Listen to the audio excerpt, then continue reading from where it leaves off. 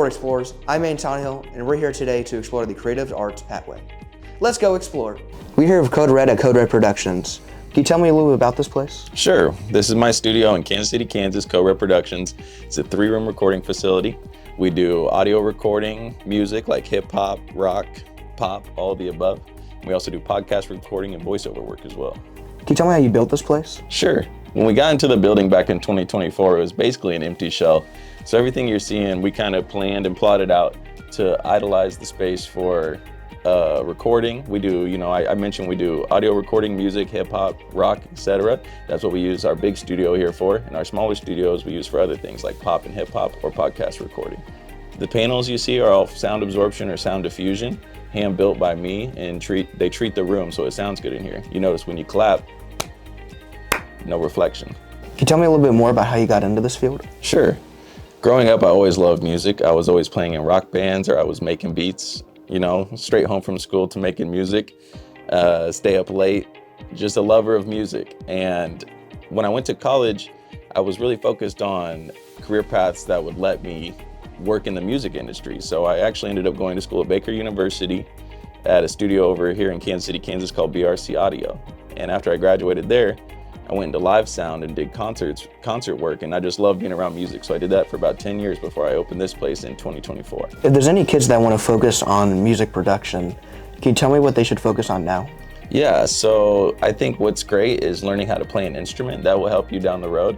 If you already know how to play an instrument, just there's free software out there, stuff like GarageBand, other free softwares, BandLab even, that lets you explore and make music and record and do effects and all kinds of cool stuff, and just start to familiarize yourself with all these tools. Could you tell me something that people might not know about audio production? Sure. What a lot of people don't realize when you come in is that it's very hard work to maintain in this industry.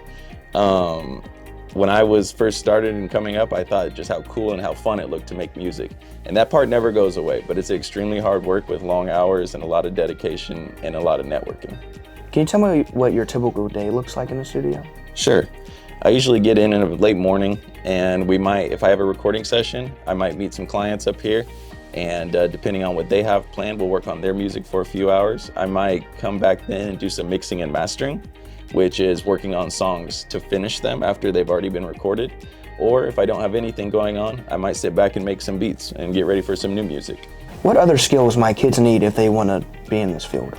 I think it requires a lot in the networking aspect. You need to be open to meeting new people and talking to new people. Social media is big in that. You got to be willing to put yourself out there and show everybody what you do so that they can gravitate towards you.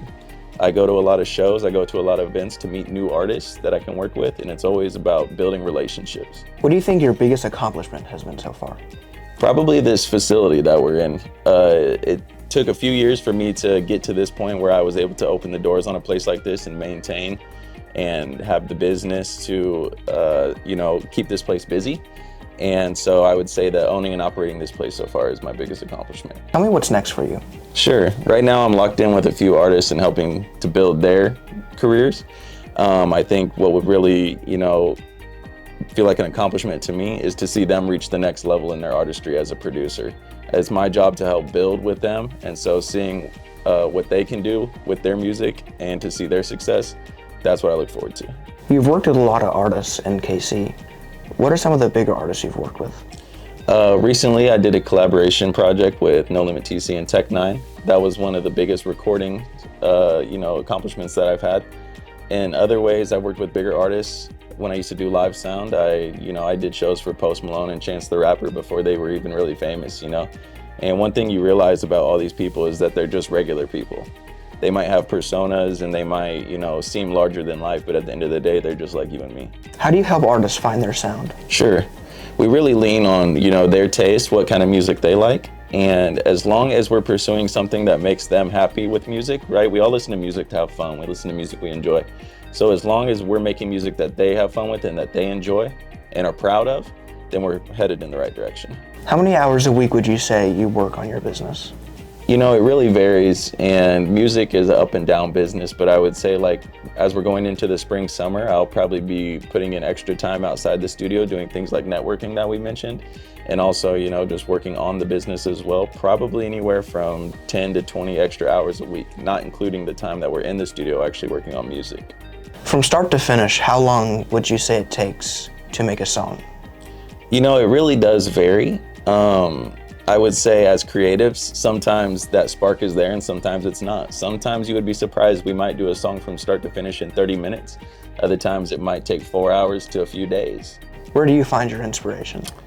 I find my inspiration by looking up to a lot of people that do this at a level that I want to do this at too. So some of my heroes coming up in this were like people like Dr. Dre, who, you know, a lot of people might listen to, have heard of.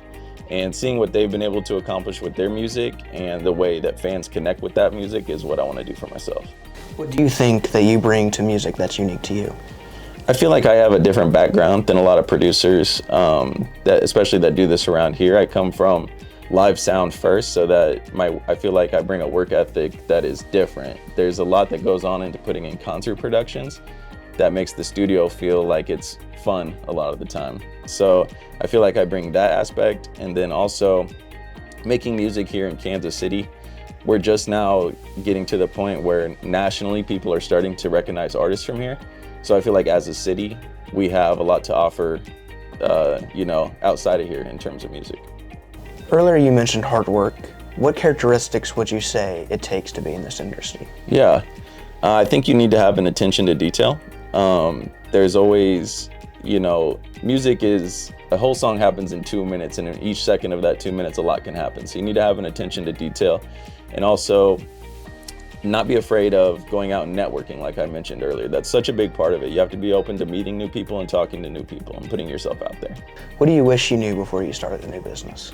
You know, I think I already knew this, but just being in the business makes you realize that, wow, this is all on you to make it happen every day, and you have to show up for yourself.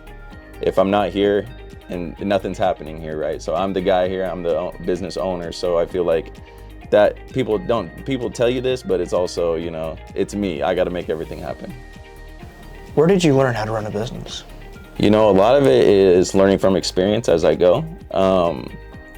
I feel like a lot of it I'm learning for the first time as it happens a lot of the time, but I am lucky to have a few business owners on my side of the family and my wife's side of the family that I can always, you know, go to with questions and advice, and they've been helpful. Can you tell me how in this field you measure success? Yeah, I think long-term, seeing a place like my studio here thrive is, you know, a great indicator that, okay, this is working.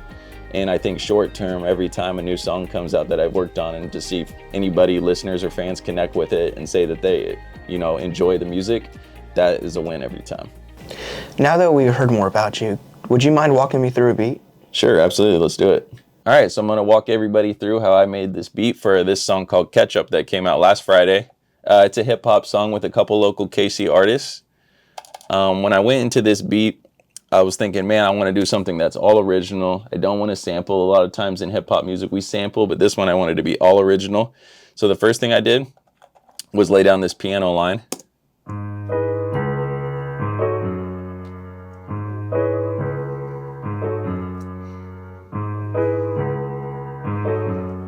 Pretty simple, nothing remarkable about that. But as we keep adding the more layers, you're gonna see how it comes to life.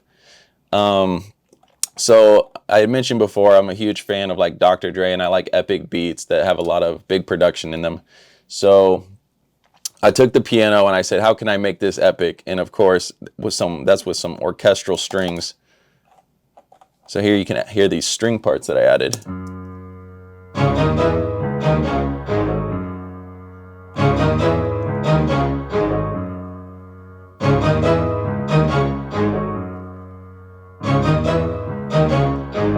Now we can hear how it's already elevating that piano to be something, you know, way more energetic and catchy. All right, so we got that part in there. Now we need to start adding that groove, that rhythm.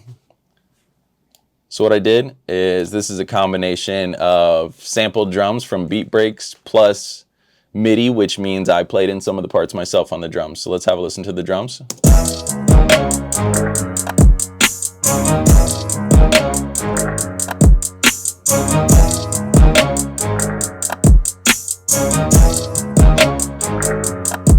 So what you're hearing on the drums is just a kick, snare, and a couple hi-hats and a percussion loop. Let me solo just the drums.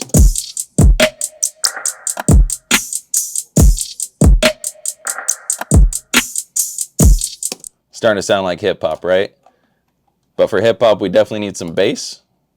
So then you know I had to come with the 808.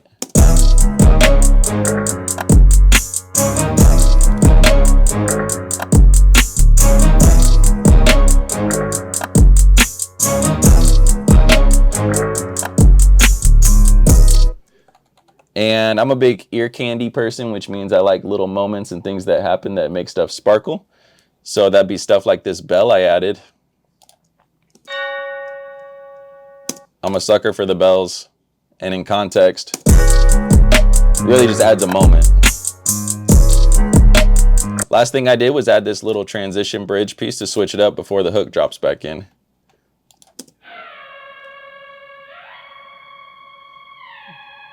Kind of almost like a James Bond kind of mystique kind of thing, but in context.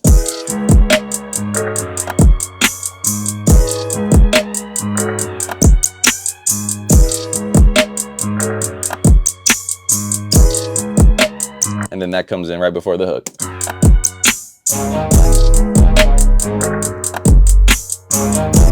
And that's how you make a beat. So that's another episode of 4 Explorers. Make sure to check us out online. We'll see you next time.